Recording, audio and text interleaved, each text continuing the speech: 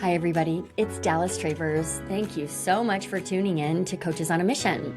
So this is where you're going to get a front row seat to real life coaching in real time. There's hardly any editing happening here. And my guests are coaches just like you who are working to build a sustainable business that they're really, really proud of that makes sense in today's world. So every episode, I'm going to coach a volunteer on their real business challenge or opportunity. You're going to get to hear all of it. The questions, the line of thinking, the chaos when it comes up, the changing of our minds, all of those shifts that happen in really juicy coaching sessions. I'm so glad you're here for it. I know I'm here for it as well. Today's going to be a really interesting conversation. So my guest is Claire Fishback, who helps fiction writers that have tried it all and still haven't finished their novels. She helps them ditch the rules, fall in love with writing again, and finally finish their book, their damn good book, as a matter of fact. So Claire, thank you so much for being here. I'm excited to have you on the show. Thank you so much for having me. I am beyond excited. I'm like a puppy energy over here, just like, I can't wait to dig in. Let's do this. You just mentioned that you've been a longtime listener, and then we realized, it's been a 2-year hiatus. So I'm so glad you're part of the comeback. This is going to be awesome. Okay, so before we dig in, I'd love to hear what it's been like for you in the Hive. Oh my gosh. So I joined the Hive kind of on a whim during I think it was the March enrollment. Okay. Or January, whenever it was not the last one, but the one before. Yeah. And I jumped right in. I finished all of the entry steps, I think in like 2 days. Yes, you did. I remember. Yes, because I was like, I want to do this. And then I jumped into the training. So perfect match pricing and offers, fantastic. It really helped me streamline everything because I was creating like new packages every time I had a client come in.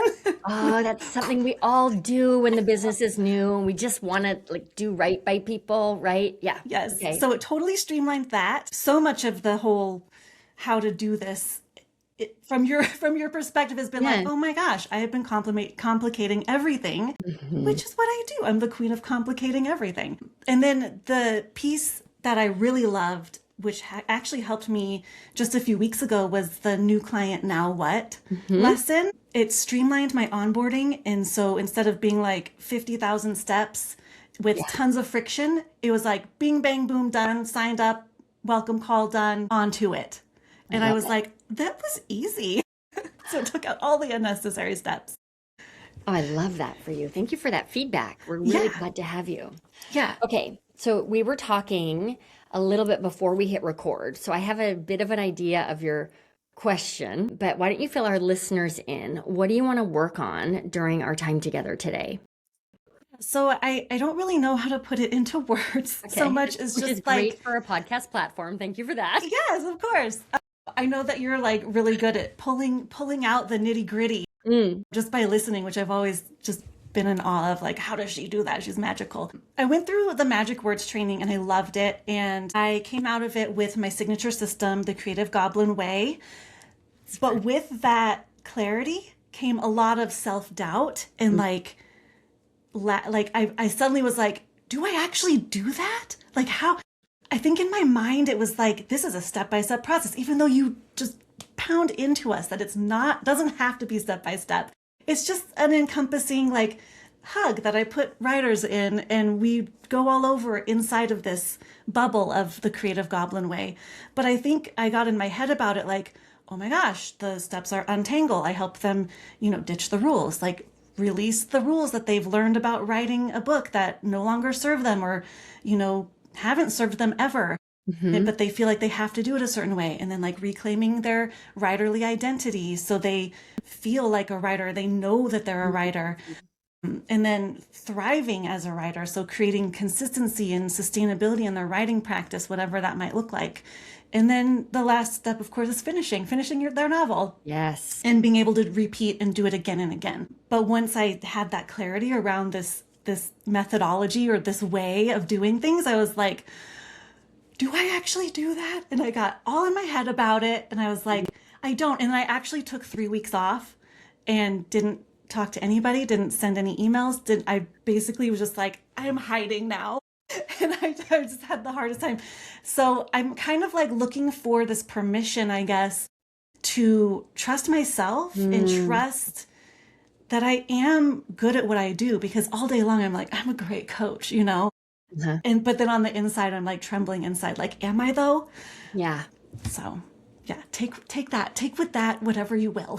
This, like, welcome to the human experience, right? This is so, and what I love about it is this is probably what your writers go through too. This phase 2 of reclaiming their identity, right? So you've made some progress, which is now creating this psycho-cybernetic reaction where self-doubt comes in and we start to question and wondering, am I overpromising? I don't know if this rings true for you at all or not, but in the coaching space and the online marketing space in particular, we have all been overpromised too. We know exactly what that looks like and how it feels and the damage that it can cause, even though I think, I don't know, I'd love to hear your take on this actually. I don't think anyone is intentionally writing a sales page thinking, yeah, I'm totally bullshitting people. Right? I don't think anyone's doing that on purpose, but it's happened, hasn't it? And it's like Yes. a cultural problem in our industry. So I think part of what's coming up here is that element. Is that accurate? Like, can I promise something that is not totally in my control? And am I Right. setting people up to feel a certain sort of way, or myself to feel a certain sort of way, if it isn't this clean 4-step process? Yeah. I think that hits it on the head, because you're right. I mean, you're probably the, who knows, 25th business coach that I've signed up for something with. And after that, all that time, this is the only one that's actually done anything for me. And all the other ones are like, oh, blah, blah, blah, 6 figures and blah, blah, blah. And I'm like, I'm not even making like 5 figures yet. So, or let's be real here. Right. Okay. So I've been coaching for a really long time. And I think the most important lesson I have learned, and it was so liberating for me, so I'd love to share it with you. Our clients appreciate the fact that we are striving. They don't want us to have it all figured out.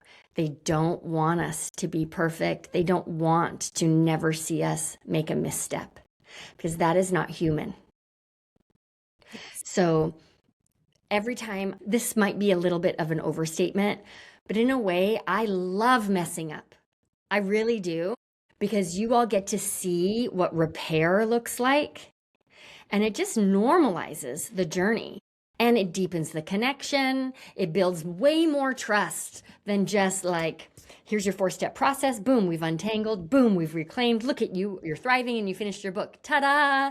Like, that's not as valuable as, oh my God, wow, look at, I realize we need to talk through what it really means to thrive, because I thought it meant this. And now that I see that we are working together, it means something very different for you. So I want you to know I'm here in partnership to figure this out together.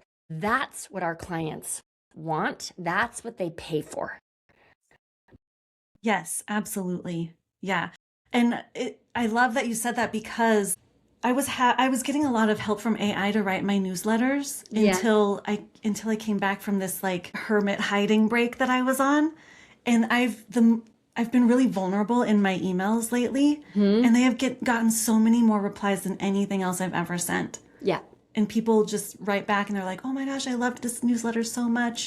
Thank you for sharing your struggles and blah, blah, blah. It's just like, holy shit, I really can trust myself, Yes. So I'm easing into that a little bit with my Yes. newsletter and like baby steps. Yes, absolutely. I'm so tempted to like take us on a different path. So we're going to go there and then we'll come back. I promise. Okay. You're getting all of those replies saying, oh, I love the story. Thank you so much. Are you replying to those emails saying, I can help you finish your book? Would you like to schedule a call? No, because that's one of the things on my list is like, I am creating all this stuff and never launching it. And never selling it. Like, I don't even know if my people know what I actually do, because I don't talk about it. Interesting. So, yeah, I mean, I write back and I say, thank you. I'm so glad you enjoyed it. Send. Yeah. Ooh, here I come. Are you ready? Yes, give it to me. That's just not client-centered. It's kind of an asshole move. Because the people who get this serotonin hit, this little boost reading the email, there's so much more that they could gain from a relationship with you, and you're robbing them of the opportunity of having that. It's uncool and unfair, and we got to stop it. Okay. Okay, so if that's true, and today is the day that we're stopping like being in the friend zone, okay, what needs to happen in our conversation together to make that a reality for you? Oh gosh, I think it just needs to become, I just need help figuring out how to make it feel natural. Okay, that's our first mistake. It won't feel natural. Okay.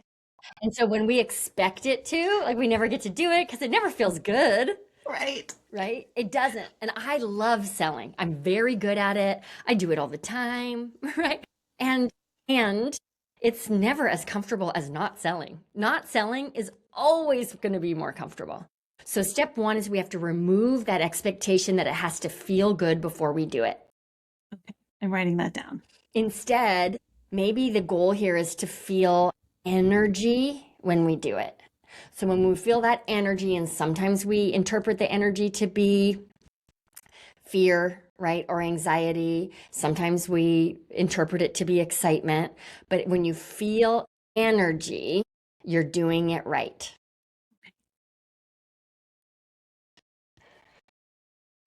Now I have to take off my layer. I'm totally hot. But now I look naked, so I'll put my layer back on. For those of you listening, you just missed out on something. Those of you on YouTube, you're welcome. The shoulders were out. Yes, just briefly, and then I was blinded. So on the shirt comes. Okay, so what I heard you say was, number one, you didn't say this, but what I'm really getting from you, Claire, is you care a lot about doing good work and really helping people. I do. I can tell that. You also have these milestones of a signature system that are really just like milestones we're aiming for. We may or may not ever land on them, but now you have a framework that's clear enough that a potential client understands what they're saying yes to. I remember my car is almost ready to be replaced. I've been thinking about buying a car. And I remember when we bought this car, the salesperson, he was way too into cars. He was showing me like way too many features on the car, and it was information overload. Like I stopped listening, I stopped caring, and I could feel it happening in real time.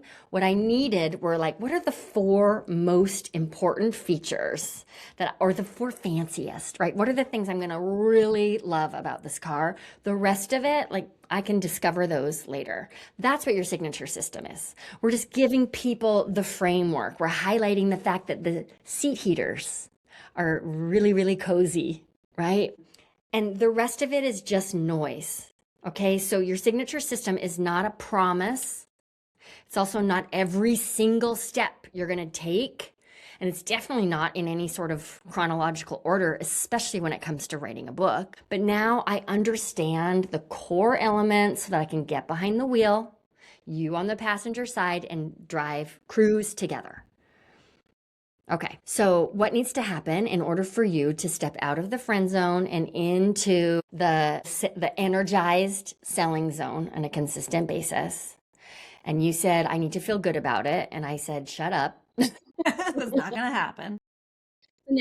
So now, all right, I don't have to feel good. I'm going to feel energy. I'm going to lean into that energy anyhow.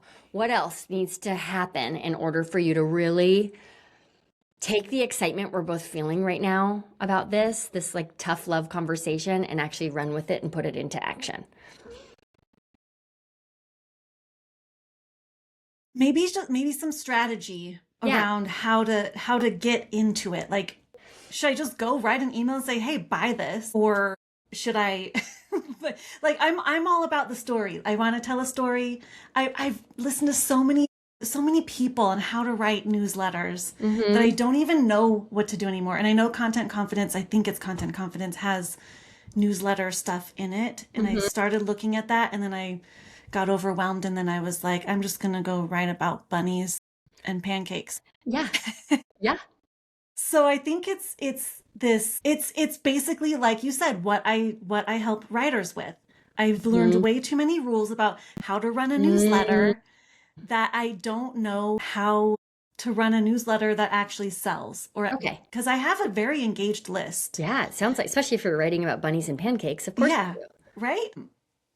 But they don't buy. Yeah. And so then I'm all resentful because Well, hopefully they don't listen to this, because I'm like, they're just a bunch of freebie seekers, but I know that's you're not the listening to case. them. I know, This it's is my your fault. This is It's your my fault. fault. I know. Thank you. Thank you. It is my fault, because they probably don't even know that I have anything for sale. Right. Okay. So I have 4 like types of ways that just came up as you were talking where you can sell in your newsletter. I'm happy to share them. Before we do, I'd love for you to just kind of tap in to the strategies that have come to mind for you that feel good to you when it comes to selling in your newsletter. Do you want me to tell you what they are? Yeah. Okay. I was like, I'm tapping in. I like the ones that have a story to share that relates to what I'm selling. First of all, I like digging into like the people that I have helped, and kind of saying, this could be you, that kind of thing. I'm going to call those case studies. Yes, that's Okay, great. That's the word. The phrase. Yes, I like doing case studies, even if I don't use their real names, because sometimes I don't feel like getting permission. I'll just be like, this was, Goblin number 3, who came to me, blah, blah, blah. I like writing blog posts. So I write long form blog posts and I share those. I like to share those. And now I will share the ones that actually have a CTA to buy something, because that's how you do it. Those are kind of the ones I like. Yeah. Okay, great. So here's what's coming up. Sorry, one more. I also like to teach something. Yeah. So like, share a gem even from my own writing life, because I'm also an author. I'm in the trenches with them, and so sharing something from my perspective and my writing practice and how it's going for me, and how I got over it so I can help them. Yeah. That's the kind of thing that I think I would like to do more of. Great. So I'd love to just offer this and see how it lands for you. I think the thing that can make selling in emails really challenging is this expectation that it needs to be smooth, right? So today you really want to write about bunnies and pancakes, but how do I then transition into my book coaching offer? Like, that's just weird. I'm not going to do that. It just doesn't work. But as soon as we let go of the idea that it has to be a smooth transition, the world is your oyster. So, can I share my 4 different ways to sell an email? Yes, of course. And all 4 of these will apply to everything you listed. Stories to share that relate to your offer. Case studies, for sure. Long form blogs with a little CTA and teaching something. So the first one, I call it a commercial break. So this is where you intentionally have like a record scratch, pattern interrupt. Okay, wait, now we interrupt this regularly scheduled programming to let you know XYZ. So what it might look like, Claire, would be, I was outside on the porch eating pancakes when a little baby bunny hopped by in the front yard. It taught me the lesson of the importance of observation to make my writing even stronger, blah, blah, blah, blah, blah. Before I break this down for you, I want to remind you that this month I have room for 2 private clients. In order to find out if now is the time, click here to schedule a call. So you intentionally like drop the CTA in where it shouldn't go. And all we do is narrate that, right? So before I tell you the rest, or oops, I can't go any further because I know I'm going to forget. So, and I promised myself I wouldn't, right? Here's the thing I'm selling. Could you envision yourself using that strategy in your emails? Yes, because I already bring kind of some chaotic energy and it feels very chaotic and I love it. Great. Love it. Great. I love that too. I also just love the transparency of it, where it's not like I'm not trying to be slick and like trick you into now wanting coaching because of this meaningful story I told you. I can do both things, right? Oh, yeah. I get these emails sometimes. It's like, my grandma died. By the way, I'm selling this thing right now. And that's like an immediate unsubscribe for me because I'm like, don't use the loss of your grandma or your dog to like pull on my heartstrings to send you money for something I don't even want. Right. You know? For something I don't even want. Imagine, let's pressure test this. So I send an email about my grandma passing. And then in the PS, I say, this feels really awkward to tell you about offer XYZ after I just told you this moving story about my grandma passing away. But like the show must go on and grandma would want it that way. So go here to find out more. How would you feel about receiving that kind of an email? I think I would still be like, ugh, like icky. It's just, Yep. I don't like it. Yeah. I don't like it. Yeah. And the show must go on, Yeah, right? it must. Yeah. Okay, good. No, that's really helpful. So this commercial break is a strategy you can use in emails when you're not writing about your grandma dying. Maybe you won't write that in an email. How about that? How about that? How about that? I think that's a Great. great idea. Apologies to all the grandmas all Maybe- over the world who might be Right. listening. Maybe I'll sell in the email and then P.S. my grandma died. And she would love this. She would love this. Your grandma would love it too. Okay, so the next way to sell in email is in the header, right? So it might look like, today I'm going to teach you a brand new way that I overcame writer's block. It's 4 easy steps. We're going to get down to it, right? But first, quick reminder, XYZ, right? So before we get into, I've got a blog I'm sharing. Before we do that, here's a reminder, go here to book a call if you want help untangling yourself from the rules, reclaiming your identity as a writer, thriving in your writing practice, and finally finishing your damn book. So it's just like straight there at the top, and then you get to go in and share your long form blog. Love it. I Great. love that. The This next, is making it feel so easy. oh, good. That's my goal. That's Yeah. my goal. The next, of course, is the footer. Oh, yes, of You course. know, there could be a world where at the bottom of every single email, you have a footer, and maybe it's in a light shade of blue, the background, instead of whatever color your newsletter is. And it says, 3 ways you can work with me now. Right? Way number 1, private coaching. Way number 2, small groups. Way number 3, a VIP day to get you unstuck. So maybe you build that, and on any email where you really feel like, I can't find a way to sell in here, you just drop that footer in there, because it's almost like ad space. And we see that all the time on blogs or websites or newsletters, and we don't think twice about it. How does that one feel?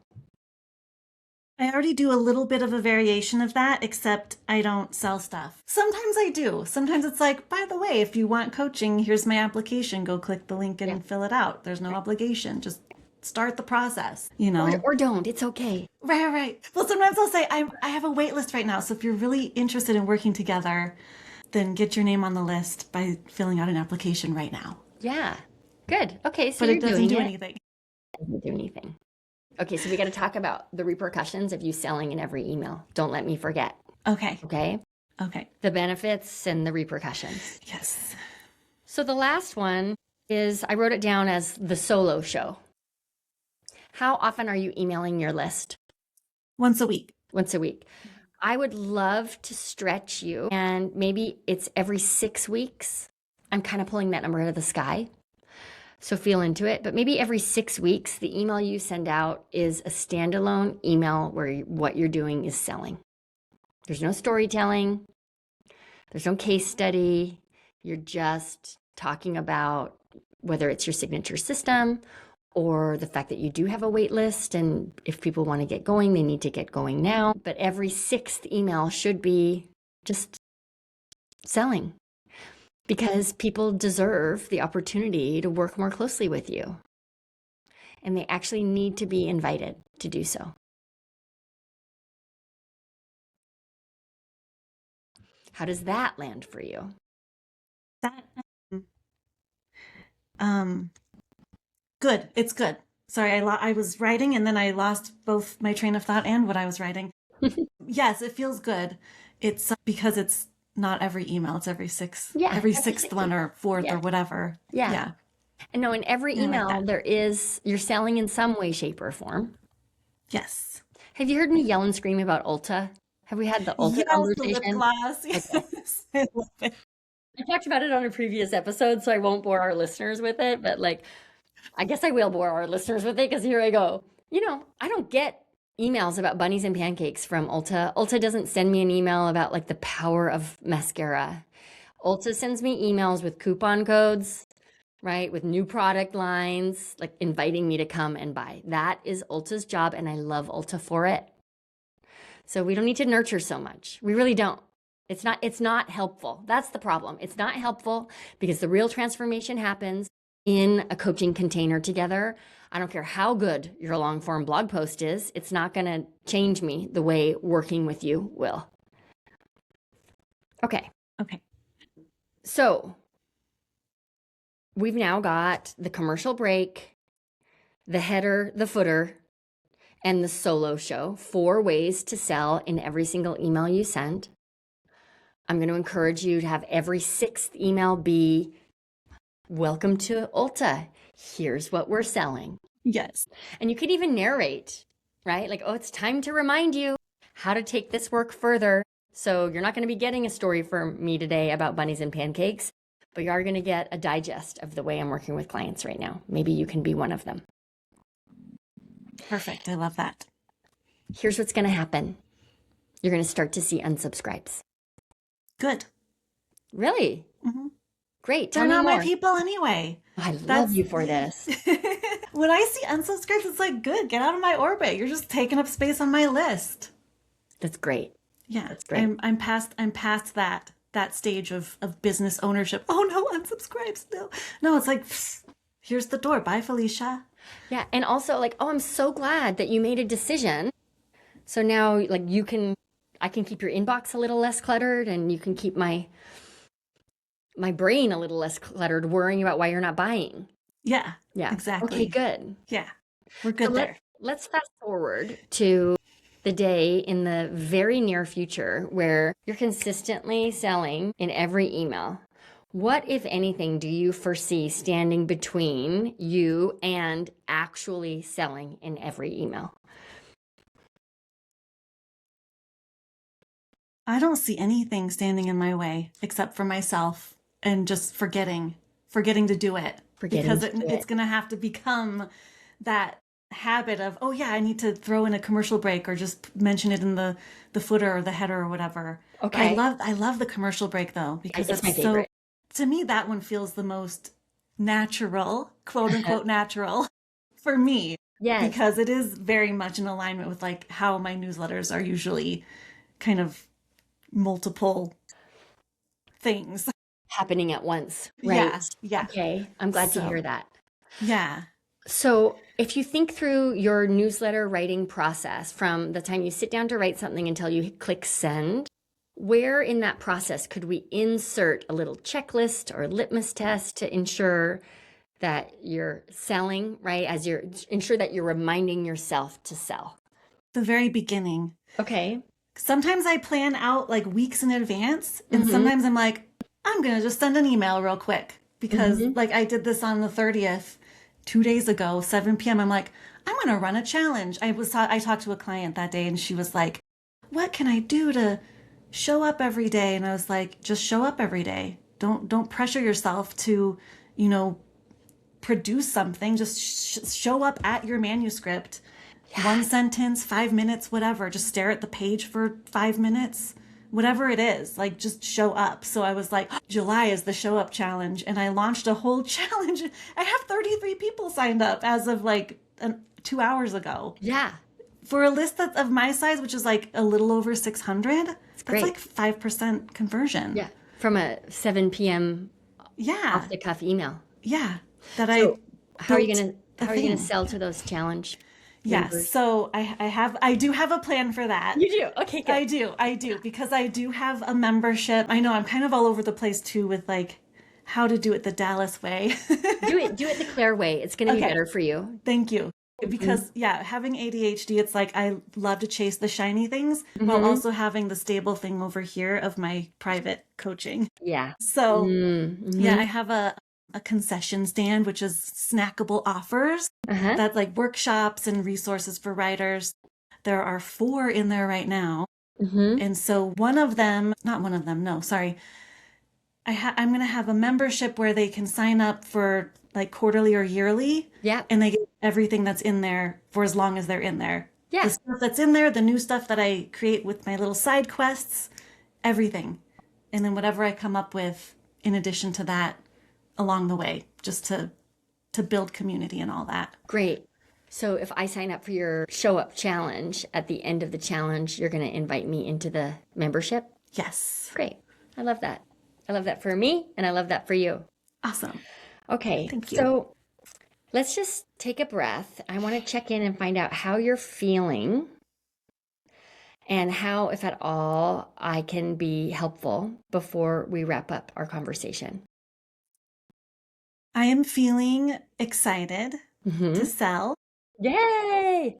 I was kind of like towing the line there before this conversation, but now it's like, okay, I can do this. Yeah. I can do this. And especially hearing you call me an asshole for not offering my coaching to people. Yeah, you're right. Because I do want to help everybody that I can. And I know that I'm good at it because all but one of my clients I've worked with have finished a draft of their book within a year, often less. So, I mean, I have a pretty good track record. Hair flip moment, I know, but that's just how it is to work with me because I'm always very excited about their project. I hold it for them a lot of the times. Like I've had coaching calls where I'm like, remember this part where so-and-so does such and such? And they're like, I completely forgot that happened. And I'm like, that's what I'm here for, baby. Yes. Yeah, you got to sell to people. They need this kind of support. I mean, there are writers who are sitting on a manuscript for years, and just think about what that incomplete cycle of action does to their confidence and their identity and how it bleeds in to how they're showing up in so many other places. Exactly. I've even had writer friends who have been stuck on the same manuscript for ages, and they just keep piling on more and more how to write a novel knowledge that it's just crushed under the actual doing of the thing, you know? Yeah. Yeah. I call it preparing to get ready to begin. Yes, exactly. That's exactly what it is. Yeah. For sure. Yeah. All right. So you're jazzed. You've got 4 ways you can sell an email. We also addressed this piece of, oh my God, am I actually delivering this 4-part process? I say I'm delivering. I think we've addressed that concern. Is that accurate? Yes. Okay. I feel better about it for sure. Great. And you're going to have doubts again, and that's like part of the experience. Take those doubts and write an email about it because your writers are having the same doubts. For sure. Cool. Did we do it? Are we done? I think so. I think so. That was super fun. Yeah, for sure. So I'm going to ask you this question in a moment. But for me, my big takeaway from our conversation is just the reminder that for those of us who really care about the work and serving people, we're assholes if we're not selling, because the selling is where the service really happens. What about you? Yeah, I mean, my takeaway is that it's easier to sell an email than I was making it out to be. Yeah. That's awesome. That's great.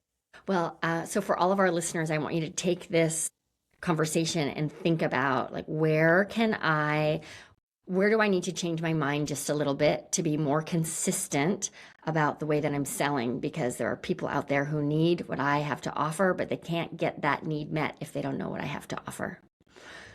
Claire, thanks for coming on the show. Thank you for having me. This was so much fun. Yeah, you're welcome. Thanks everybody for listening. We'll see you back here next week.